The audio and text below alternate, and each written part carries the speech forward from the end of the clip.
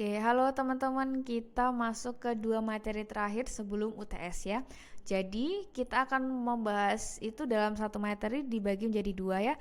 Yang pertama nanti minggu ini kita akan bahas struktur dasar copywriting dan jenis-jenis headline. Kemudian next page-nya gitu ya, kita akan bahas terkait dengan teknik copywriting. Nah, di sini kita akan bahas dulu terkait dengan struktur dasar copywriting atau anatomi dari copywriting. Anatomi itu kan kayak susunan tubuh gitu ya. Kalau misalkan ibaratnya manusia tuh punya 3 hal, ibaratnya kayak kepala, terus bagian badan, sama bagian kakinya gitu. Nah, ini juga sama. Jadi struktur copywriting itu yang pertama ada headline. Headline ini ibaratnya sebagai kepalanya dulu. Biasanya ini berupa judul yang tulisannya tuh besar atau tulisannya menarik perhatian. Nah, atau bikin penasaran atau menakut-nakuti. Jadi intinya headline itu berada di bagian awal. Nah, tujuannya apa? Tujuannya agar kita tuh bisa fokus atau berhenti sesaat dalam memandang konten tersebut. Nah, biasanya kalau headline yang bagus adalah dia bisa menarik perhatian pembaca dalam 3-5 detik pertamanya. Lalu ada bagian tengahnya atau bagian intinya adalah body copy. Isinya berupa inti dari yang mau teman-teman tawarkan. Jadi yang pertama ada pengantarnya, ada isi penawaran, lalu ada juga manfaatnya. Biasanya ini urutan dan terkait. Lalu yang ketiga ada closing atau call to action. Nah, closing ini berupa penutupan dari sesi teman-teman bikin copywriting. Di sini ada 4 hal. Ada testimoni, ada bukti sosial, link, dan kontak. Nah, teman-teman bisa menuliskan itu hanya satu atau memilih salah satu, atau misalkan mau nulis semua boleh. Tapi dilihat lagi kalau teman-teman menuliskan semua keempatnya, apakah tulisannya semakin panjang atau enggak. Karena tulisan copywriting yang bagus itu to the point dan semakin singkat adalah semakin bagus.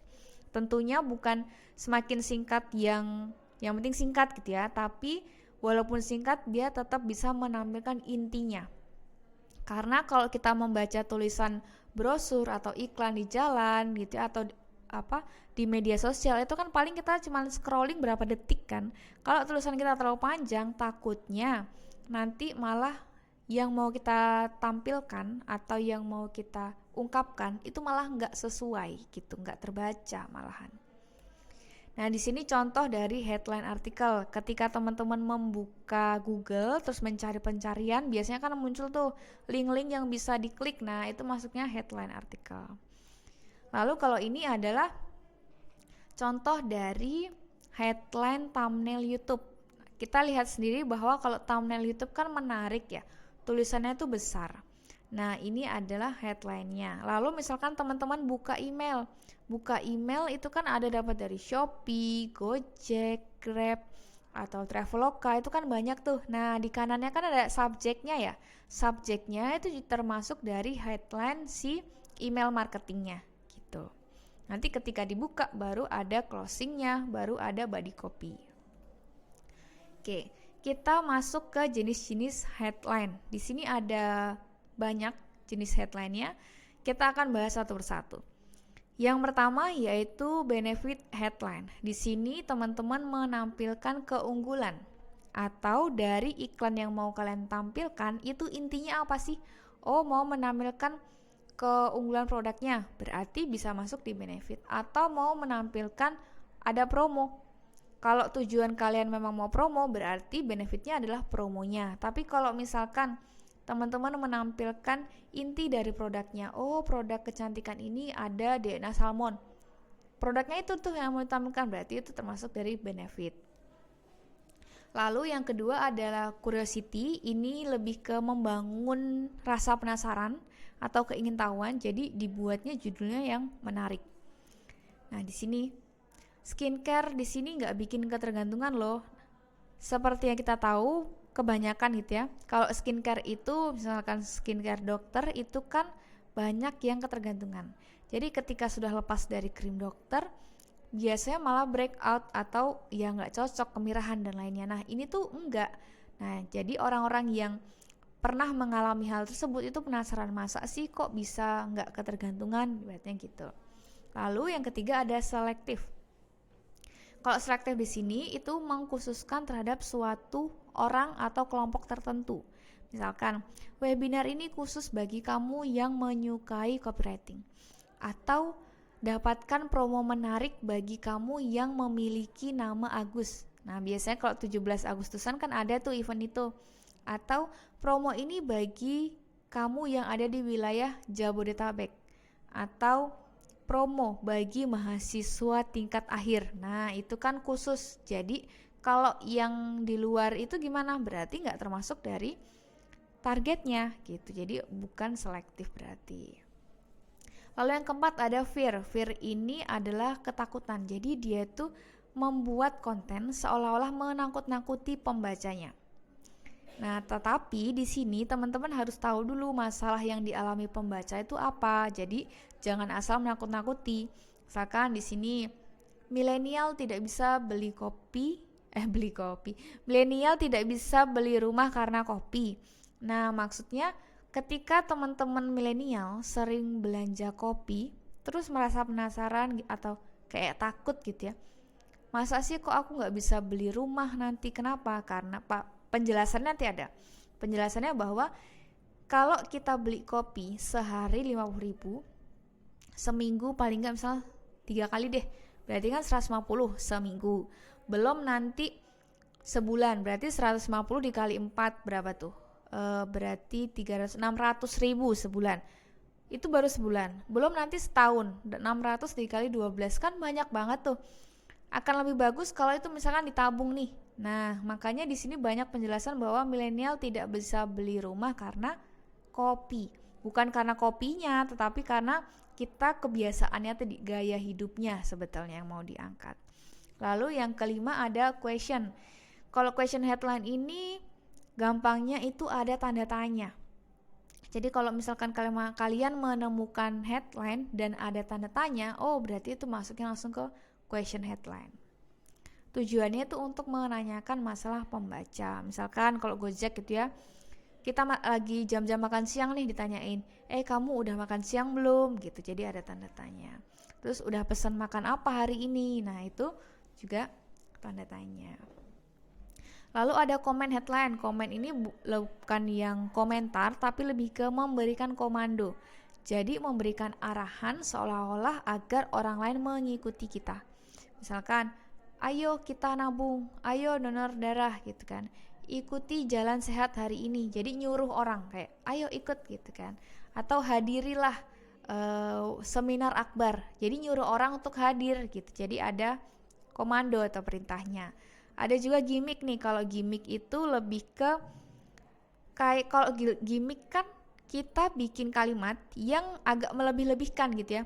Misalkan kalau gosip artis bikin gimmick, itu kan sebenarnya nggak terjadi, tapi kayak seolah-olah dibikin terjadi gitu. Nah, jadi di sini gimmick itu tujuannya untuk mencari perhatian. Nah, tapi teman-teman perlu hati-hati karena bisa mempengaruhi reputasi dari produk kalian. Misalkan, belajar masak tanpa ribet. Ibaratnya siapa bilang masak nggak ribet? Dari beli bahan, persiapan, motong bahan, terus masak, terus nyuci, terus misalkan makan dan lainnya. Prosesnya sebenarnya panjang gitu kan. Tapi di sini kenapa bisa bilang belajar masak tanpa ribet? Oh, ada tips-tipsnya yang bikin kita tuh jadi gampang masaknya. Nah, kalau misalkan masih seperti ini masih oke, tapi kalau yang terlalu berlebihan itu sebaiknya jangan, karena nanti mempengaruhi reputasi produk kalian. Yang selanjutnya ada quotation headline. Nah, di sini teman-teman menampilkan kayak quote-quotes terkenal, kemudian disandingkan dengan copy kalian. Misalkan, beauty is pain. Siapa bilang? Simak tips ini. Gitu. Jadi kalau nggak mau cantik tapi karena kesakitan dulu, nah teman-teman coba deh simak ini gitu. Lalu ada claim. Claim ini mengklaim terhadap sesuatu atau dirinya. Misalkan,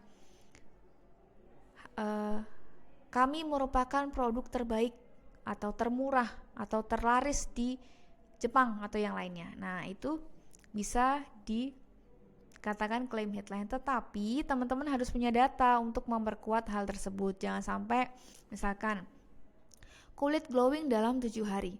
Ternyata udah 1 bulan tuh nggak glowing. Nah ini kan bisa bikin apa ya, kayak seolah-olah kok bohong sih ibaratnya gitu. Jadi kalaupun ngeklaim tuh boleh, tapi memang ada buktinya gitu.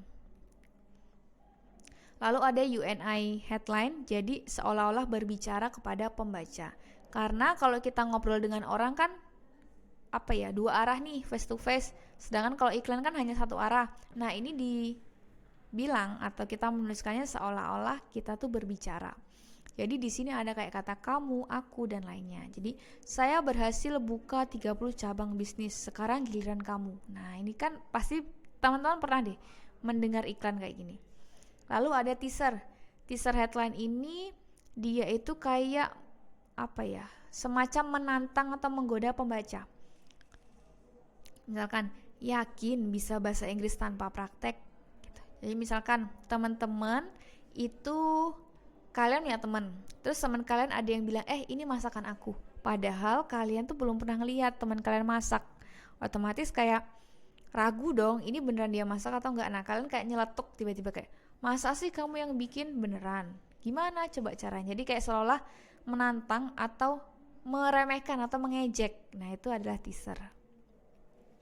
Lalu ada news nih. Kalau news itu kan lebih ke memberikan informasi atau berita. Jadi kalau teman-teman hanya menginfokan bahwa kita punya produk baru, oh berarti masuknya ke news headline. Lalu ada merek, biasanya ini untuk produk-produk yang dia tuh sudah terkenal. Jadi hanya menampilkan ibaratnya slogan atau tagline dan menampilkan gambar, itu sudah termasuk dari merek headline gitu. Oke, coba silakan teman-teman cek nih di email masing-masing kira-kira mendapatkan jenis headline yang seperti apa. Oke, ini contoh untuk question headline ya tadi. Hey kamu mau kemana? Ini karena tiket.com mau nanya, kamu tuh mau kemana perjalanannya gitu, liburan ini kamu mau kemana gitu. Lalu ada claim headline, unlimited web hosting terbaik di Indonesia. Ini Niaga Hoster, tapi kalau misalkan Niaga Hoster memang punya data bahwa kebanyakan orang itu dalam beli web hosting memang di kita, nah itu boleh menampilkan seperti ini. Yang penting ada datanya. Seperti itu teman-teman untuk jenis-jenis headline. Oke, kita lanjut lagi ya di minggu depan untuk teknik copy. Sekian, sampai ketemu di pertemuan selanjutnya. Oke, terima kasih. Wassalamualaikum warahmatullahi wabarakatuh.